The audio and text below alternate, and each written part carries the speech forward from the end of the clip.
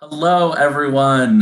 Thanks for coming to our second installment of Sikich Live. We're glad that you can be here. We are live here today from LinkedIn, from YouTube, Facebook.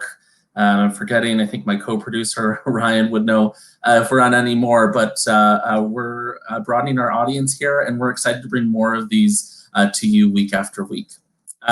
So when my co-producer Ryan and I discussed who should be on our second live, we knew it could only be the one and only Mike Lameau.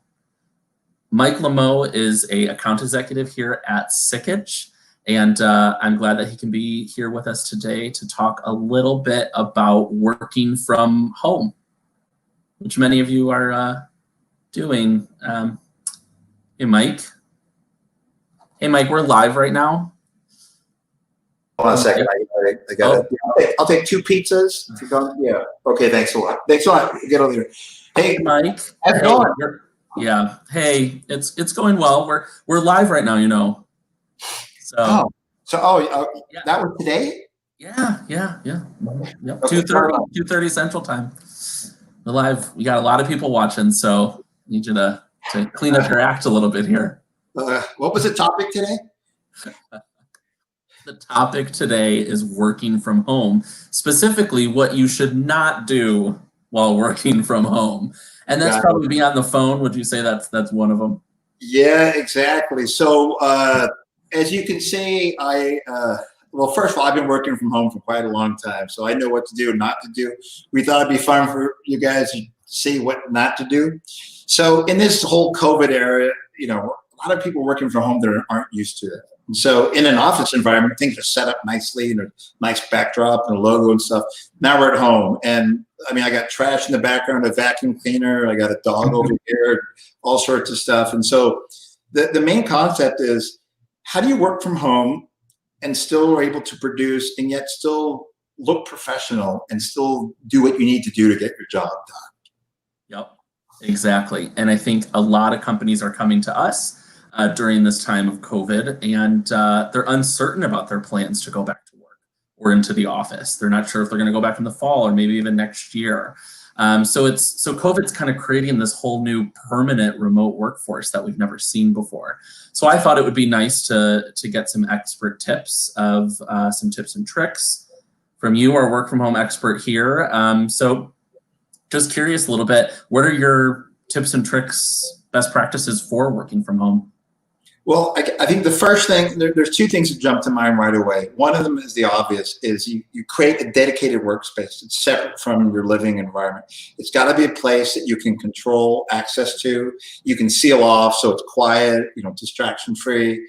It's a dedicated space. You're not sitting at the kitchen table. You're not in the bedroom doing something. It's something that's carved out for you to work at. And that also means that you have what you need. So if at work in the office you had 3 monitors and you're used to using that, get 3 monitors at home. In other words, have the same software, the same applications that you can, you need to have all the tools that you do from home, if possible, that you had at work, so you can still produce that you were and still present the same type of thing. But the first thing is definitely a dedicated environment that's distraction free. And that's also the tools. What does your chair look like? How comfortable is your chair? Don't just use a kitchen chair with a table on it. It may not be comfortable. And we had a guy on a call the other day, had a squeaky chair, and every time he moved, you could hear it. These are things you can't do anymore. Absolutely. Yeah, there's definitely new distractions that we have to get used to in a way. Yeah. And not only that, but so people like myself, we're used to being in front of customers. So there's 2 sides to this. There's people that are normally in an office, don't face customers, and there's people like myself that get out to talk to customers. And we're missing that face-to-face, that interaction, look in the person's body language, and the affinity you get by being close to somebody. So how do you recreate that in an environment? One is you have to look a certain way. People judge you from the first second you turn on the camera. So for instance, I've got all sorts of stuff wrong here. I've got the camera high. The camera should really be at eye level, and you should take up a good part of the frame. You should present yourself. I'm wearing a Guinness beer shirt, but look at Mike. He's wearing a Sikich logo. So people are looking at what you're wearing, to look at your background, to just look at your professional, and they judge really quickly. For women, sometimes different makeup makes a difference. I mean, some women's faces can appear flat, contouring on cheekbones, and some people say red lipstick. For guys, making sure you shave. It's very important. We have pandemic hair. The salons were closed, and it's important to look professional. And then lighting, look at the difference it makes when you put a light source. Scary. But the right lighting makes a big difference, and all those things have to do with how you're perceived when you first come on the camera. Absolutely. Yeah, and what about just getting up to take breaks, to stretch? It seems like I feel like when I'm at home, I'm constantly kind of on a sitting down, working, not getting up enough, maybe not even taking a lunch. So how about Yeah, it's a good thing. If you were at work and you had breaks every half an hour, you were used to walking around, going to the water cooler, going outside, having a cigarette, you should actually try to follow that same routine. Give yourself breaks during the day. Don't just lock in on that thing all day. Schedule a lunch. Schedule your day, a start and a lunch and an end time. Put some regularity. Tell your family these are my working hours, and please don't disturb me, and try to get regular. But yeah, walk around, stretch, get outside if you can. It makes you fresher when you come back into the office as well. And not only that, but just make sure that when you do come in and you're back at it, that everything is still set up the way you want it from before. It gives you a chance to inventory. One of the things we always do before we start a conference call is look behind you and just look at what other people see and make decisions on how you're going to change that. Absolutely. What about etiquette in a meeting? That's a good one. So since we can't be in front of people, it's even more important to be prepared. And literally that means that if you have a meeting scheduled with somebody the next day, do your homework. Get ready for that thing with everything you do, just like if you were going in person. Have an agenda. Have an agenda that goes in the meeting invite that everybody can see, and then show that during the meeting and point so everybody's on track, and say, hey guys, we've got 10 minutes left. We've got 2 more topics. Keep people on task. Since people are on different things, some people will turn their camera off. You don't know what they're doing. One thing we try to do is if it's interactive like this, we ask people politely to keep their camera on.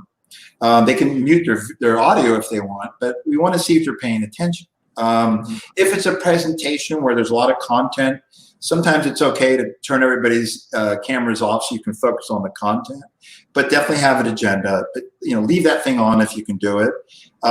Also match the meeting constraints to the group size. If you've got 80 people on a call, you don't want to get in the weeds and do topics that are going to have a ton of conversation. You'll never get through it. If it's just a few people and you're going to be collaborative, that's very different. But if it's a lot of people on there, your content needs to match that. Also, no sneaking out. People can see if you leave the camera on and you go out the door. It's just rude to do that. It's akin to being getting on your smartphone and doing stuff while you're on camera. It's just rude. Be quiet. Make sure you have a quiet. This goes along with dedicated workspace. Have a quiet space so you're not adding background noise to the meeting. Stay on track. Like, don't do this where you're actually doing an email at the same time. People know you're not paying attention, even though you're on another monitor. Speak up. It's really important that you listen to yourself, record yourself do some test calls. And I do this every time I do a setup on a new day. I'll test the microphone and speakers and I'll listen to my feedback because it could change from hour to hour or day to day. So just check it, speak up. Just know that since you're not in front of a person, they can't lean forward and listen in or give you some body language that tells you they're not paying attention. The other thing to do is on a group call when there's a bunch of people on it, don't assume people know who's asking the question. Say, hey, this is Mike. I have a question on that last point. Then someone can talk right to you and say, oh, hey, Mike, good question. Yeah, here's what I would do on that. It's very important. Mute yourself when you're not talking so that there's no chance of, we just had a garbage truck drive by. I don't know if you heard that, but mute that thing when it comes through. And don't forget to unmute yourself when you come back on. The worst thing is this, right? I'm guilty. And people are like, what did you say? And you just look at it. Yeah. I'm very guilty of that. One thing I'm also guilty of that I recently found out that when you have another monitor next to you, Yep. sometimes you put the screen of the people you're looking at on that monitor. Oh yeah, you're looking at it. Then exactly. So it kind of looks like you're looking away. So try to keep your monitor straight ahead, right where Great advice. Great advice. And also, like I'm doing, nod during the thing. You're not in front of the person, and let people know you're paying attention to the content, and just go, you don't have to say anything, but if you're muted, the only way people have an idea that you're listening is a nod now. Absolutely. Yeah, and there's actually some cool Teams features, which we're going to talk about in a second, that is going to address some of these things. But what I want to get into is, there's all these great tips and tricks about working from home. There's lots of etiquette issues and things. But I'm curious, what are all the platforms that people are using? Companies are coming to us saying, we need these platforms put in place and processes put in place to make work from home easier for our employees, but also to make it so etiquette is being followed. And there's lots of ways to do that, but I'm curious kind of what your opinion is on that. Well, I think there's two sides of this, right? People like myself that are used to working from home, I had the computers, the internet, I had all the things I needed. That wasn't the case for a lot of companies that one day they said, okay, 300 people go home. They're like, what do I do now? So on one side, do people have the business applications and hardware they need to work from home? Do you have high-speed internet? We take it for granted, but everything's depending on that now. Do you have a computer? Like Michael said, do I have a couple of monitors? Are they the right size? Are they big enough? Is quality good? That's the first thing. Then what applications? Now at Sikich, because we're a full Microsoft partner, we're always on the latest technology. We have the whole Microsoft stack. We've been using Office 365 for years. But along with that, like Michael said, we use Microsoft Teams. But what it means is we've got OneDrive. All of our files are always backed up to the cloud. I mean, literally, I could throw my computer in water, get a new one tomorrow, and start up from scratch because we're using everything in the cloud from Microsoft, and that's where it's all stored. It's more secure, it's accessible, and it's protected. And that's huge because, another side, Michael, is think about this. You're now doing data from home. What is your personal security like at home? I mean, can someone hack into your network? Do you have a password on your Wi-Fi router that's admin 123 or a password? There's an entrance point. So the more cloud secure applications you can use, like Microsoft, the better shape you're in. But back to your question about applications, obviously people, Zoom took off right away because it was free. You could get there, you could get 9 guys on or 49 guys on, and that took off right away. But then there were security concerns that came out right away. Remember that? People were like, Zoom bombing and all this stuff is coming up. So Microsoft Teams, quickly went to the lead because it's a secure platform. You can control those access. It's easy to roll out. And they saw, what was it? It went up 10,000% usage or something like that, Teams, from that. And it's a collaborative platform. It's not just a video conferencing thing. You can share files, meeting notes, and what's the application? Whiteboard, Mike? Have you guys seen this where, instead of a whiteboard inside of a thing, it goes back to, if I'm talking to somebody in person, I can sketch something in front of them and they can see that. So how do I get people that are all over the country to be interactive? One way is to use Whiteboard. It's an app as part of Teams. Literally, you can draw on it and let other people draw on it and bring their creativity into the process, bring their interaction to it. You can save that, you can edit it later, you can add imagery to that, but you have a way to do an interactive thing and get people from watching a PowerPoint of all this stuff on it and getting into an interactive type of a thing and saying, look, what does it look like this? Does it flow from here to here? And get them into that. And it's integrated to Teams already, and that's been a huge asset to us to get people involved since they're working from home.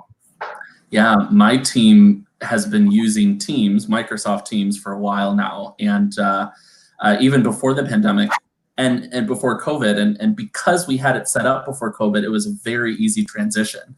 So I think I kind of want to talk about that a little bit. When you have these types of cloud offerings, what are those transitions like?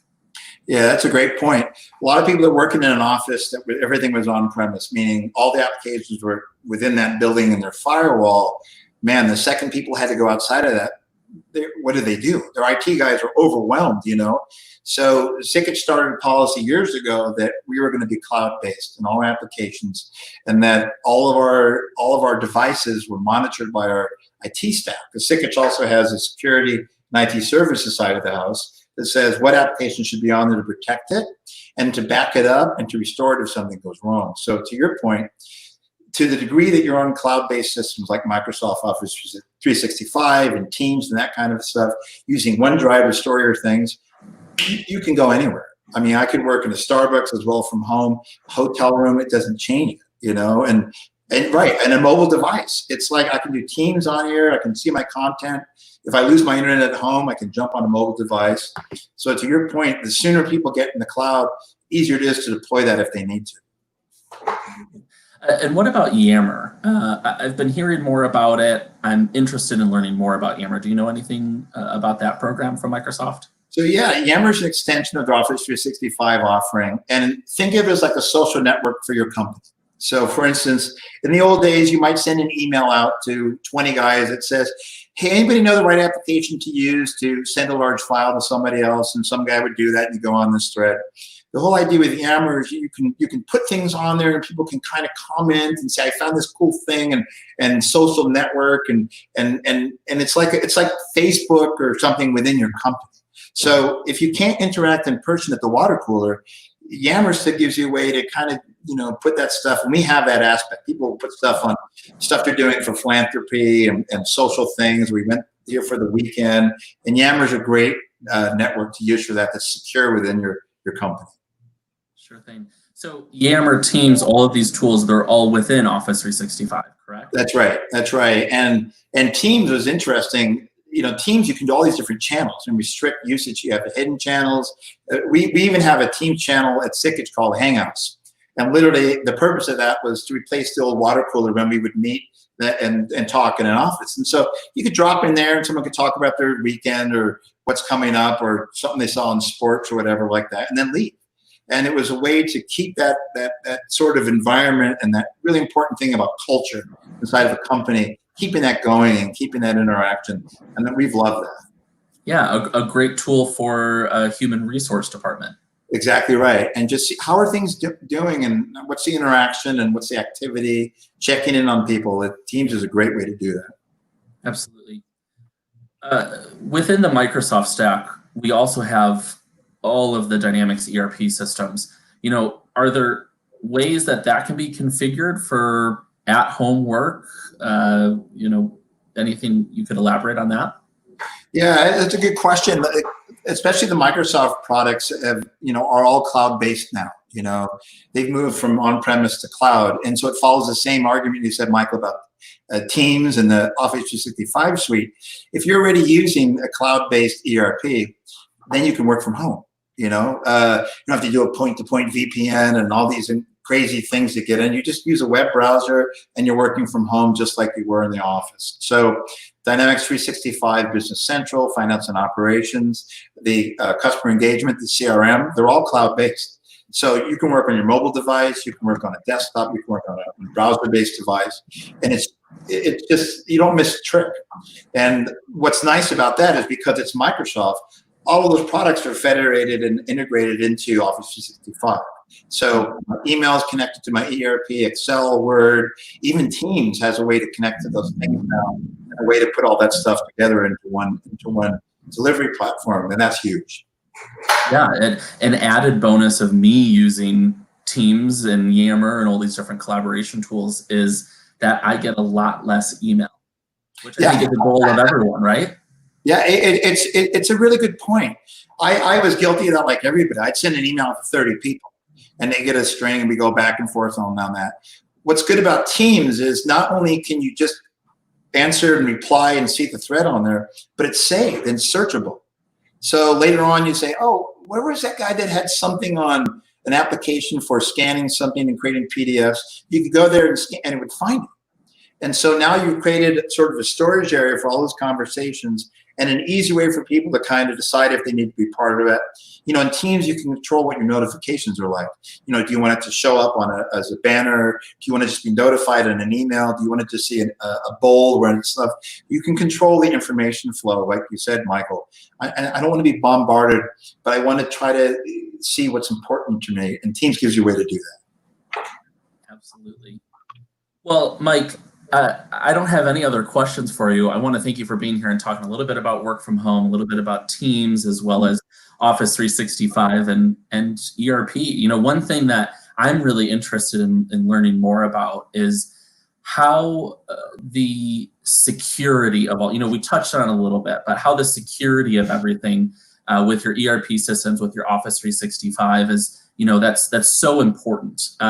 And so one thing that we're going to do, instead of, we believe that security can be a whole nother live stream here. So next Thursday, we'll have another live stream for our third installment, and we're just going to cover security from work from home. I think that's a whole nother topic. Don't you agree?